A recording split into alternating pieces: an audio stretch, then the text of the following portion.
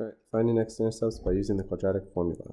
Step 1, label a, b, and c from your quadratic. So your a is the invisible 1 in front of the x squared, your b is the positive 10, and your c is the 9. You then want to write out your quadratic formula, so then therefore you can fill it in.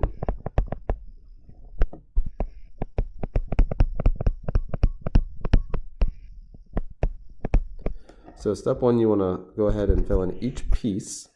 So your positive 10 will turn to a negative 10 when you plug it into negative b. You have your plus and minus, then you want to fill in your positive 10.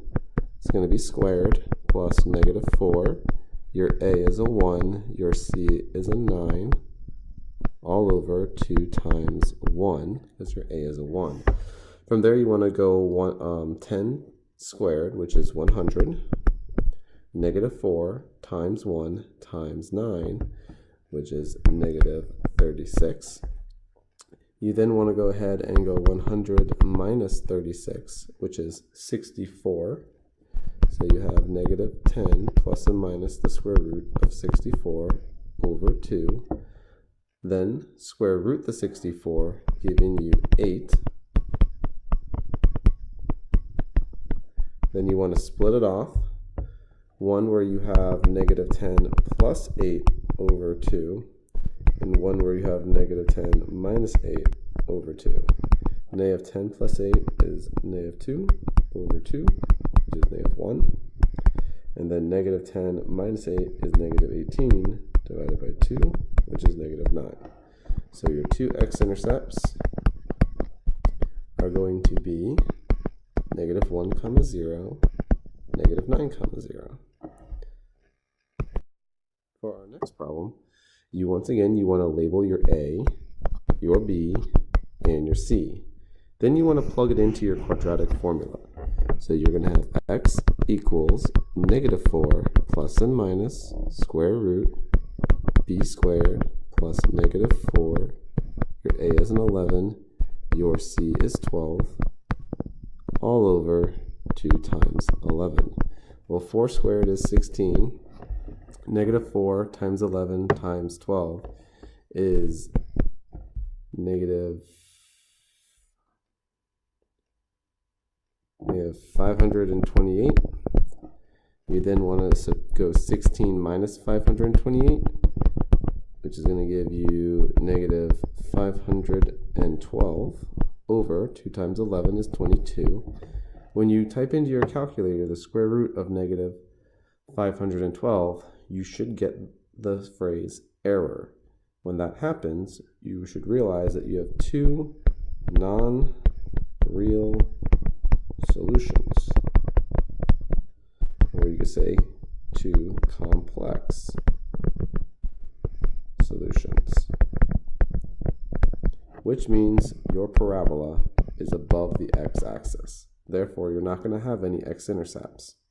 All right, for our next problem.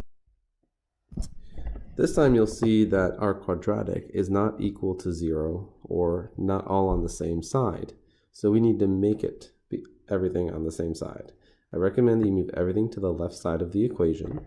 So I'm going to leave my negative 3x squared the way it is. I'm going to take this negative 10x and I'm going to add it to the other side so it turns into a positive 10x.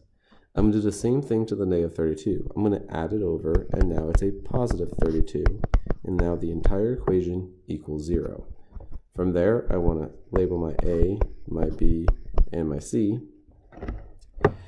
And now I want to plug it into the quadratic formula. So I'm going to have x equals negative 10 plus and minus the square root of 10 squared plus negative 4 times negative 3 times 32 all over 2 times negative 3.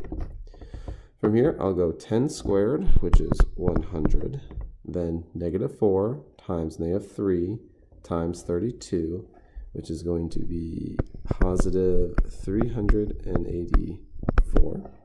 I am then going to add the 100 and the 384 to get 484 inside the square root.